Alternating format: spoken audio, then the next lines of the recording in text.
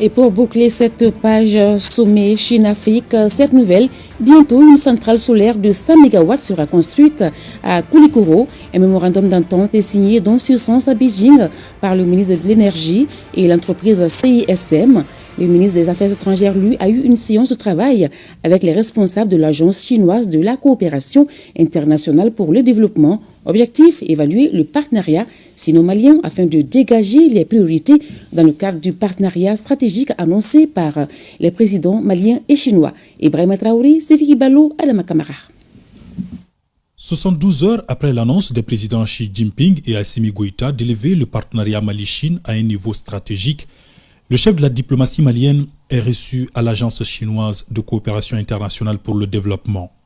Abdoulaye Diop et sa délégation sont venus évaluer avec la partie chinoise le portefeuille de la relation sino-malienne en vue de l'adapter à la vision commune des deux chefs d'État.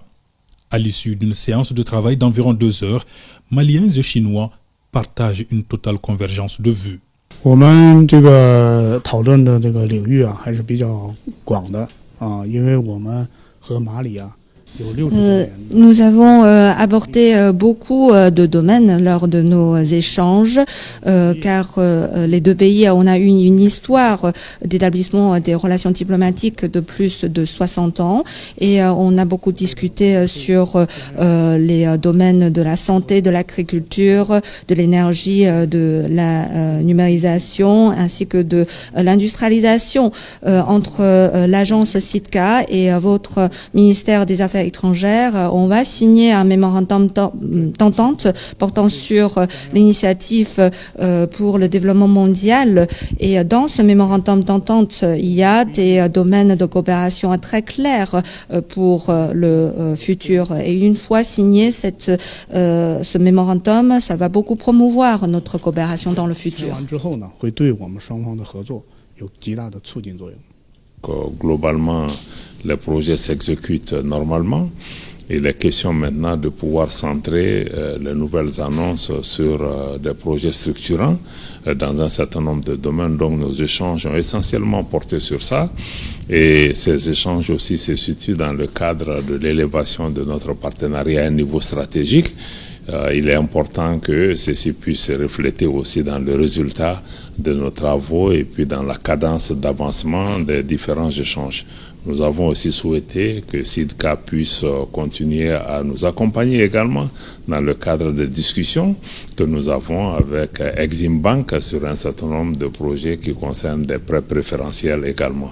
Sur l'ensemble de ces questions, nous pensons que nous avons pu lever là où il y avait peut-être des questions à clarifier.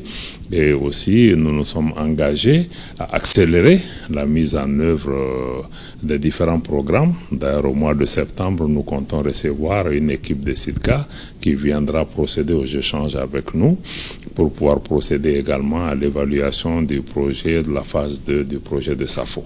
Autre partenariat fécond, la signature d'un mémorandum d'entente entre le ministère en charge de l'énergie et l'entreprise chinoise SISM. Les deux parties conviennent de construire à Koulikoro une centrale solaire de 100 MW. Nous leur avons suggéré déjà de désigner des points focaux de part et d'autre pour pouvoir échanger au niveau des documents et au niveau des pièces contractuelles. Ensuite, maintenant, il y aura la convention qui pourra être signée. Parce que sinon, souvent, c'est le niveau des documents qui font traîner sur 2 ans, 3 ans. Donc, pour éviter cela, et des points focaux, souvent même des commissions sont mises en place pour pouvoir rassembler tous les documents qu'il faut. Le partenariat stratégique Mali-Chine en perspective prend déjà corps avec une série de mémorandums d'entente signés en marge de la visite du président de la transition à Beijing. Les deux pays consolident ainsi leurs relations bilatérales avec un objectif commun, répondre aux besoins des peuples maliens et chinois.